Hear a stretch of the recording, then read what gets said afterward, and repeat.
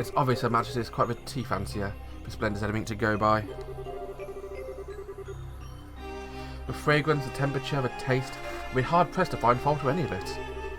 Always been more of a coffee fan myself, but I've no doubt I'll be more content with a cup of this at my desk each morning. As much as I agree with you, I don't believe we're here to talk about beverages. So, should we get right to the point?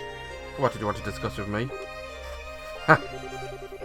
I see your sojourn in Liberl is even most fruitful. Pardon? When last we spoke, you struck me as a bright, flexible young man. And no doubt you still are, but now I see you resilient inner strength, girding those aspects. I'm sure His Majesty are most delighted with your personal development. Meanwhile, I see you're the same fearless man I've always known you to be. More so, even. That crushing aura about you seems to have only grown with time. It's as you freedom and resentment of those who live in the territories you annex. Ha! Such harsh words, Your Highness. Personally, I prefer the term political unification. Annex can carry such a negative connotation, you know. Since the end of the 100 Days' War, our armies have committed a single act of aggression. All our unification has been entirely peaceful. Oh, you're quite right about that. On the surface. Oh? It's amazing how similar the annexation process is every single time it happens. It starts with a small nation or dependent state, with an array of problems beyond repair. Those problems start to worsen, after which Jaegers and other dangerous elements enter, plunging public order to an all-time low. Desperate for a solution, the local government requests the help of the Imperial Army. Before they know it, we're part of the Empire. Well, it's not as though I can't deny what you're saying, each instance does show a certain commonality. Still, it's to be expected. An inevitable consequence of the age of unchecked growth and progress in which we live. The Imperial Army is simply acting in the Empire's best interests, helping stabilise our neighbours for the good of the Empire. Sounds understandable, they would. I do find myself rather curious why Intelligence Division members are going to such nations with such peculiar frequency. Well, poor problems are described worse than no less. I won't press as to where you came by such information, as curious as I am, but I will say this. At its most basic level, these actions are about risk management. Because we've been acting to minimise such risks beforehand, the army has been able to successfully quell each problem in turn. With a small price of earning the disdain of the people in those nations and increased risk of terrorism in exchange. To tell you the truth, I'm rather astounded you have recovered to come here in Liberl on your own to begin with. After all, you made yourself the biggest target for terrorists in all of Erebonia. Your concern is touching, Your Highness. Would I ask that you not trouble yourself for my safety? I employ some very skilled subordinates tasked with primarily eliminating the risk of terrorist attacks against me. Really now? That lecturer is one of those, I assume. A rather peculiar fellow, isn't he? But very useful one all the same. Working out of scheduling this trip and taking the necessary precautions to ward off terrorist threats are both his doing. Thanks to his commendable efforts, I now depart for Crossbell, free from worries, as soon as I finish my business here. Crossbell? Are you surprised? I'll be participating in a top-secret discussion with a representative of Crossbell government. Recently, a large amount of funding has been flowing into the country through Republican channels, putting our allies on the defensive. I've always meant to visit at some point, but it seemed a perfect opportunity. Are you out of your mind? Crossbell is full of enemies and different factions at each other's throats. Here now it's even a hotbed with terrorists and criminal organisations because its position as a buffer state. Does that really sound like a place where a Bonian Chancellor should be going even on an unofficial visit? I'm surprised to hear you advocating caution in the face of potential danger, Your Highness. After all, it was you who flew to an ancient city at great risk of your own safety and returned unharmed after surveying it. Compared to such rousing risk-taking, my visit to Crossbell will be child's play. As I'm sure you're aware, you're regarded as something of a hero back in Erebonia now. And does a hero make a grand return befitting his newly minted legend? What a board of famous I say, no less. Naturally, our hero has also taken the time to ensure every well-known newspaper and magazine are aware of his homecoming too. Oh, I have no doubt your triumphant arrival will be every bit as glorious as it played out, Your Highness. Do be sure to capitalise Miss Chancellor as best you can to build yourself a firm foothold. I expect great things from you after all. Ooh.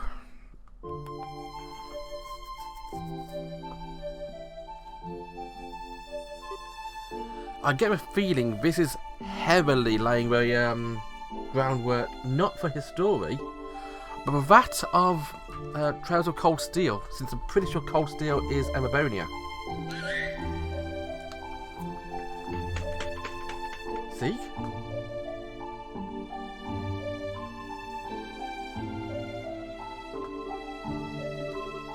Hey, buddy. You haven't changed a bit, huh? Of course, Lecter. Bloody hell. Didn't recognise him. Didn't click. Really? Sounds like a ton's happened, huh?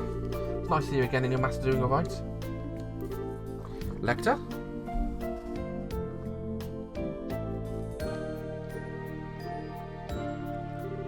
Oh, good day to you, your highness. I pray I'm not causing any trouble by taking a tour of a castle like this. View from this terrace certainly is beautiful, isn't it? What happened to you, Lecter? How did you end up working for Chancellor Osborne? I'm sorry, I haven't the faintest idea what you mean. Your name is Lecter Arundel.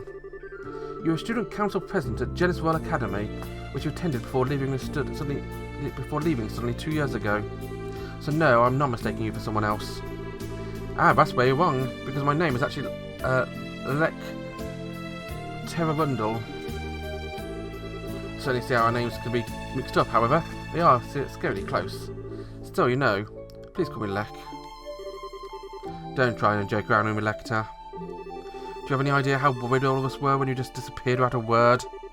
You submitted your notice to leave the academy, then we never see you again. And we otherwise calm Leo let out a cry of anger when we found out.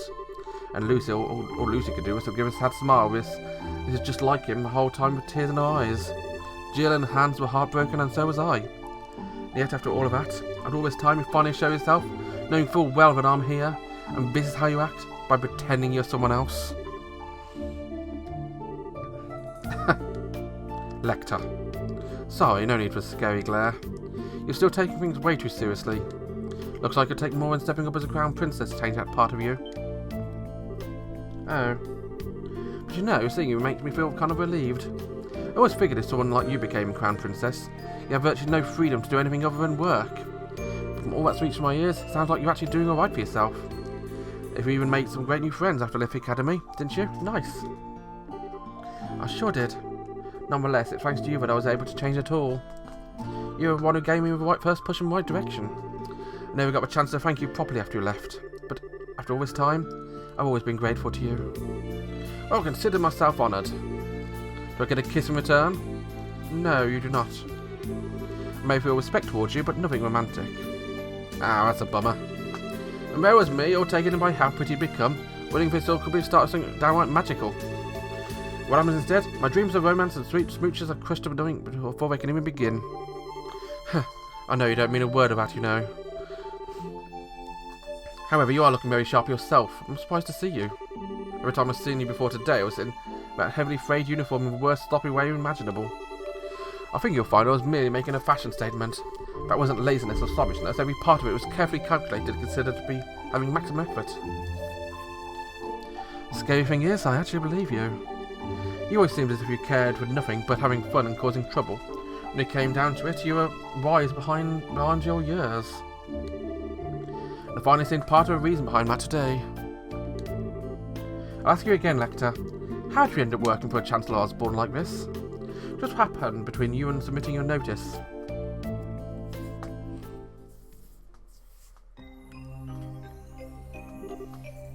Do you now?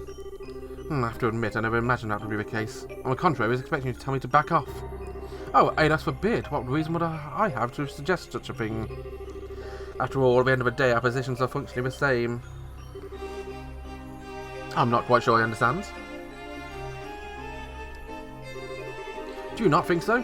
Personally, I find it difficult to believe that you would not harbour some hatred towards Emabonia as it is today. A grand empire clinging to the glories of a bygone era, ruled with nobility and shackled by meaningless conventions. Am I wrong? People call me the Blood and Iron Chancellor, as though I hold of Emabonia in the palm of my hand. But in reality, my position is far more tenuous. I have supporters and allies in the capital, but certainly outside its walls, the nobility holds far more sway than any of them. While it is true I hold a great amount of power in the form of the Imperial Army, even then I only command about 70% of it. Remainder is loyal to nobility, which also maintain their own private armies. Whereas factor in, my advantage shrinks substantially. You see, I'm very much in the midst of a battle to truly exert control. Which is why you're building railways all over the country to expand your area of influence. You've been annexing new territory to that same end. As I've long thought, you clearly understand me better than anyone else. And I'll say this once again, work with me, Your Highness. With your support, our nation will be able to bring out a real reform faster than ever. A noble faction, bloated with centuries of decadence, can be stopped before any of them even have a chance to unify against us. Surely that's what you desire more than anything. Let me just ask you one simple question, Chancellor. What connection do you have to Ouroboros? I'm afraid I'm not quite sure what you're asking. I will say this, however. I am a firm believer in using every resource at my disposal in the name of achieving reform. That's the way I believe in handling politics. I see. But it certainly does seem as though we will see eye to eye in many ways. That's more reason why I'm afraid I must refuse your offer. Is that so? Yes. I find it difficult to like the rotten noble faction that exists in the Empire. Or perhaps you're right, the hate is a more appropriate word. My feelings of fear towards your methods are far greater than my feelings of hatred towards the nobles. What you seem to be doing is trying to compel the Erebonians with delusive utopia to whip them into an enthusiastic frenzy. No doubt successfully convincing people the old guard would fall into a metaphorical firestorm created. And yet by then the gears will have already begun turning. There will be no satisfying a roused populace with a first revolution. The storm will just keep growing larger and larger and more ravenous, engulfing anything and everything in its wake. You know this, don't you, Chancellor? Oh, but of course. After all, that's what I intend to happen. It's the first stage of my reforms. I'd be more than happy to share further details with you if you were to decide to work with me, Your Highness. In the meantime, I wish you well in strengthening your foothold back in the Empire. Of course, if that's your intention, you'll find it necessity to work with those nobles you despise. Oh, you truly do see everything, don't you? Well, that sounds like a new bell. The airship should be arriving shortly. Which means it's time for me to take my leave, I'm afraid. I look forward to seeing you again in the capital in 2 weeks' time.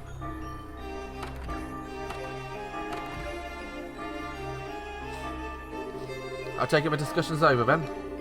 What's wrong? You look awfully tired. Oh, nothing. Just feeling awed and new at what a monster I decided to pick a fight with.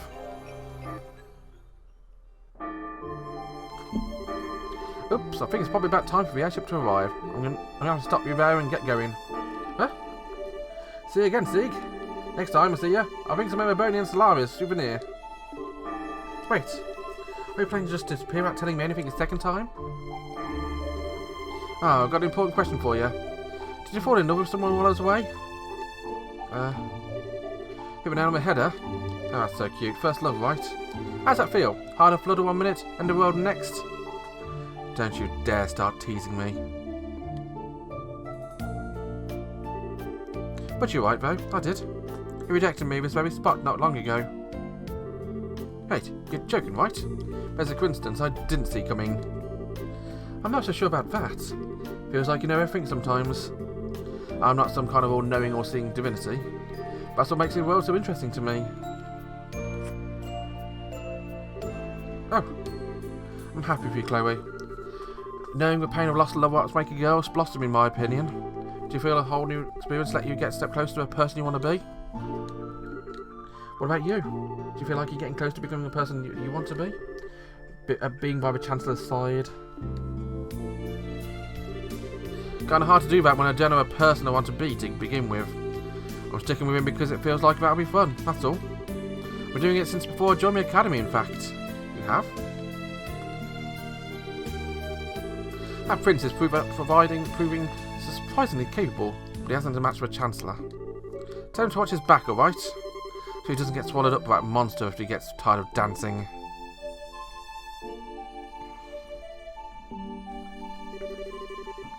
Goodbye, Lecter.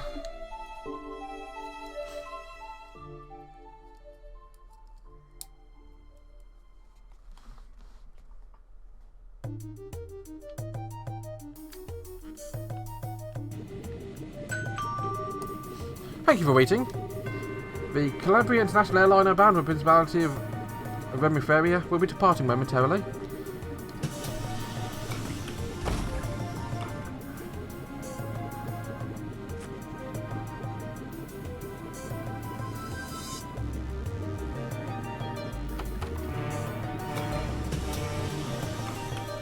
And off it goes.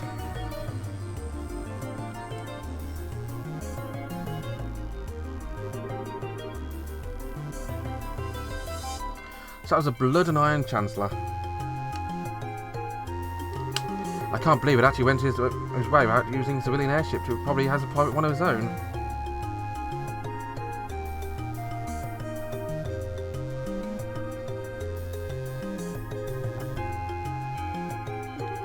I'd heard rumours about how out of the ordinary he is, but it lives up to all of them. It keeps me on my toes, to put it playfully enough. Him aside, thanks to his coming all this way to see me off, Sheriff. I was lucky I happened to have business here at the right time. I feel like this is going to be the last chance we get to see each other for a while, after all. Rather unfortunate, as my dream was always to live away my days in nap and luxury surrounded by women as beautiful as you. Oh, good luck with that. Change of subject, though. Who was the young man at the Chancellor's side? He didn't strike me as your ordinary guy. Oh, you could tell? But of course, as I'm used to running into people who are out of the ordinary at this point, we sure fought him enough of them. His name is Lecter Arundel, secretary who sent here by the Imperial Government. Apparently he was one who planned out all the details of the Chancellor's visit. Can't pretend to know much regarding his background, except he's exceptionally skilled at what he does. Actually, I know a little. What? Is that true? Yes.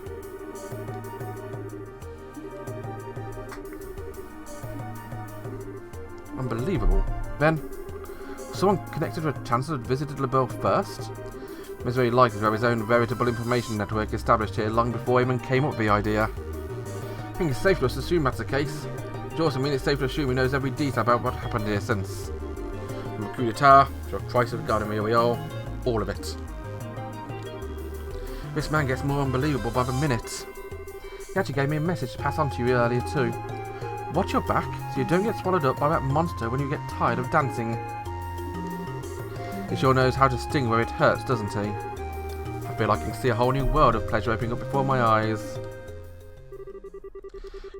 He should know better. Getting outdone at every turn like this is really not my style. What do you mean? Captain Schwartz? A little favour to ask when we're in the air.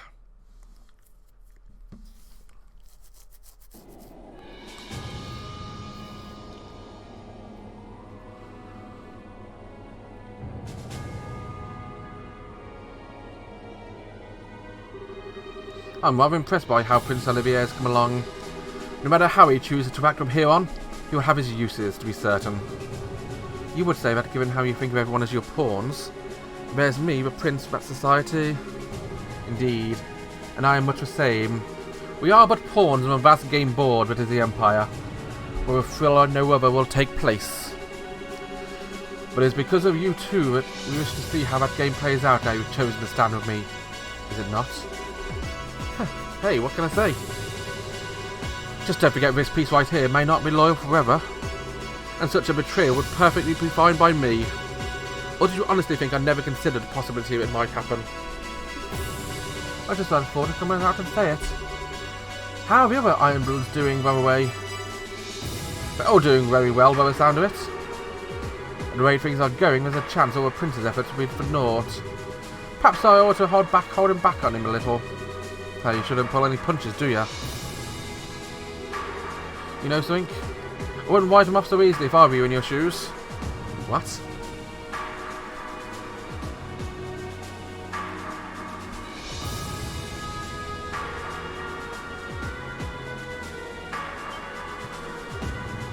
What?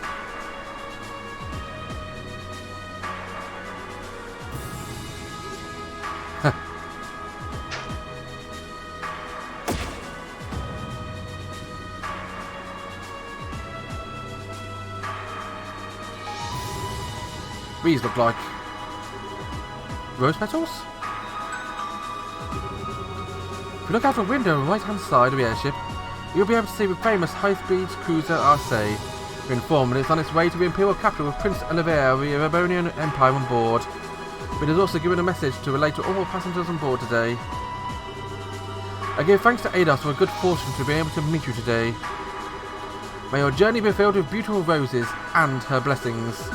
And of course, may your journeys to your homes be a safe and pleasant one. That marks the end of his message.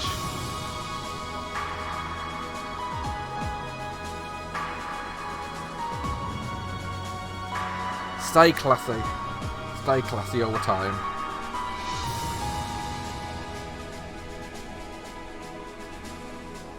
I'll tell you what, that's got the blood pumping for Trials of Cold Steel now when I know it's basically this story. I never thought there was a bigger dumbass in this world than me, and yet, here we are. Very well, debaucherous prince. I look forward to seeing what you can do. Show me how long you can hold out against me. Show me your trails of cold steel. Side story, return to the Empire, finished. Let's return to the Empire.